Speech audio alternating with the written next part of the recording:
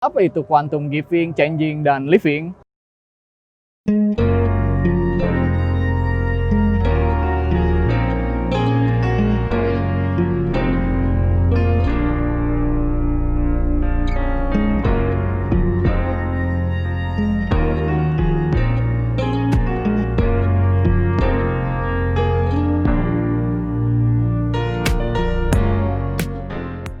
Kali ini saya ingin membahas tentang quantum giving, quantum changing, dan quantum living. Lalu apa itu quantum giving, changing, dan living? Sekarang saya ingin menjelaskan apa itu quantum. Mungkin bagi sebagian orang, kebanyakan taunya quantum adalah merek kompor atau merek spring bed.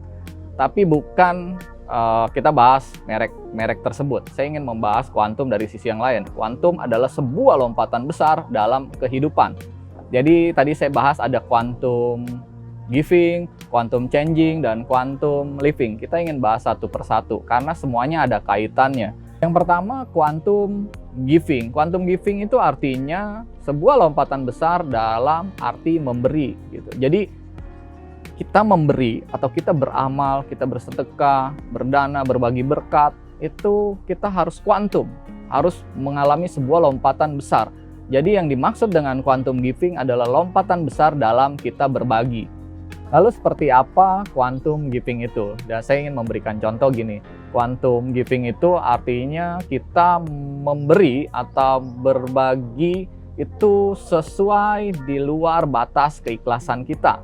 Jadi contohnya biasanya kita kasih misalnya pengemis nih 1.000, 2.000, atau 5.000. Kali ini kita harus lakukan sesuatu yang lompatan besar gitu. Kita mungkin baginya 100.000, 50.000 gitu. Jadi givingnya kita genjot teman-teman gitu. Jadi lebih ekstrim kalau bahasanya, lebih brutal atau lebih militan gitu. Dan harus sering.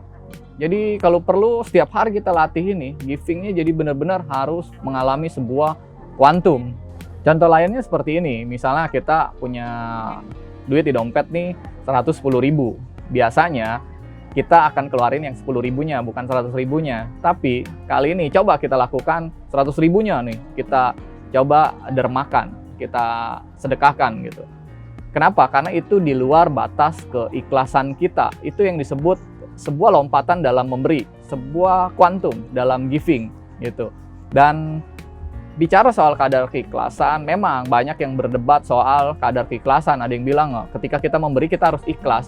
Tapi menurut saya, ikhlas dan memberi adalah dua hal yang berbeda. Ketika memberi, kita akan mendapatkan sesuatu, kita akan mendapatkan balasan. Sedangkan kadar keikhlasan yang bisa menilai diri kita sendiri, mungkin yang bisa merasakan, dan Tuhan dan semesta yang bisa menilai orang lain, dan kita sendiri secara kacamata manusia, kita tidak bisa menilai keikhlasan seseorang. Jadi itu menurut saya dua hal yang berbeda.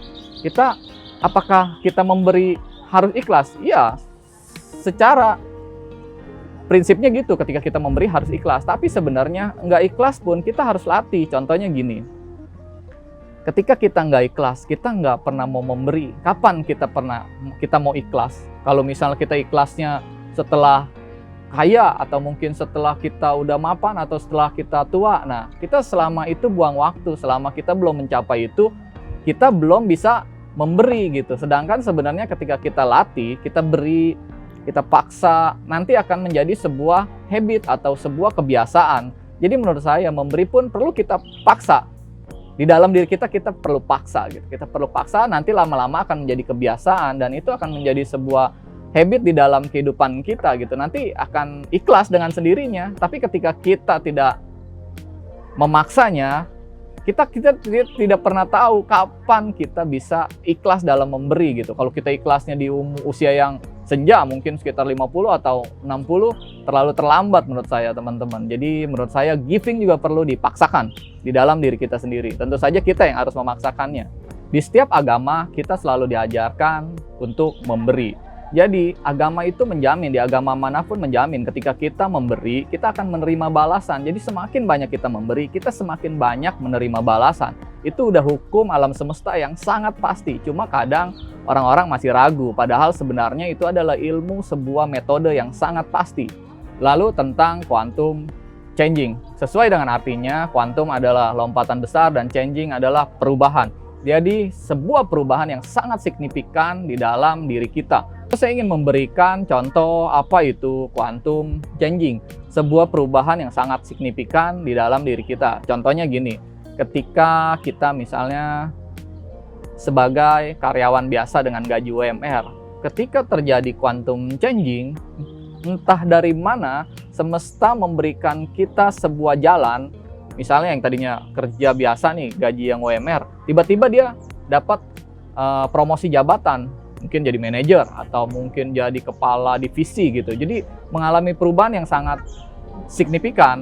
Atau mungkin yang tadinya dia karyawan, tiba-tiba dia pindah kuadran jadi seorang pedagang, entrepreneur atau bisnismen. Bisa aja terjadi tanpa kita ketahui, tanpa kita pikirkan dari mana ini bisa terjadi. Nah, itulah akibat dari sebuah quantum changing. Bisa terjadi, berubah di dalam diri kita gitu teman-teman. Itu contoh dari kerjaan ya, belum dari sisi-sisi yang lain. Itu sebagian kecil contoh quantum changing yang merubah sangat signifikan, yang lompatannya sangat besar di dalam diri kita, dalam kehidupan kita.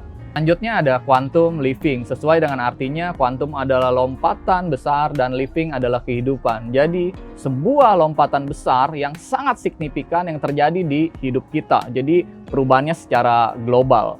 Saya ingin memberikan contoh bahwa perubahan di dalam hidup kita itu signifikan, global di hidup kita. Kalau changing cuma diri kita yang berubah secara signifikan, tapi kalau di living semuanya global.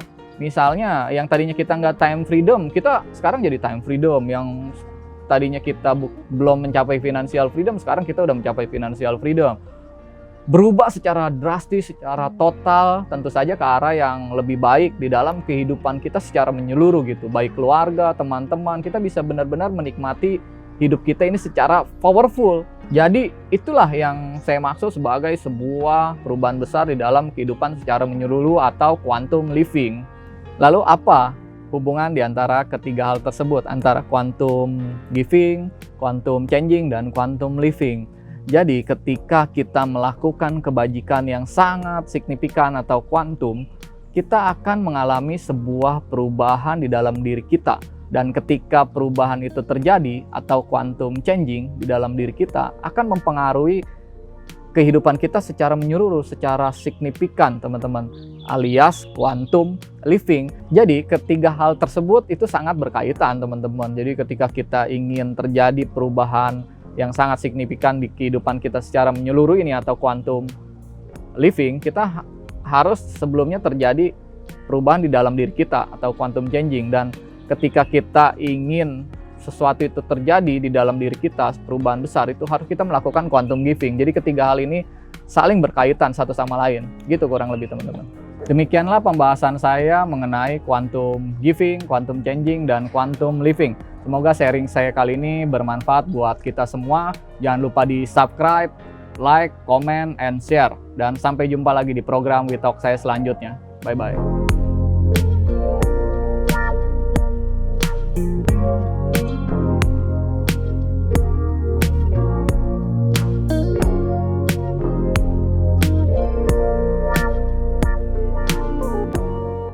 Terima kasih sudah menonton channel ini.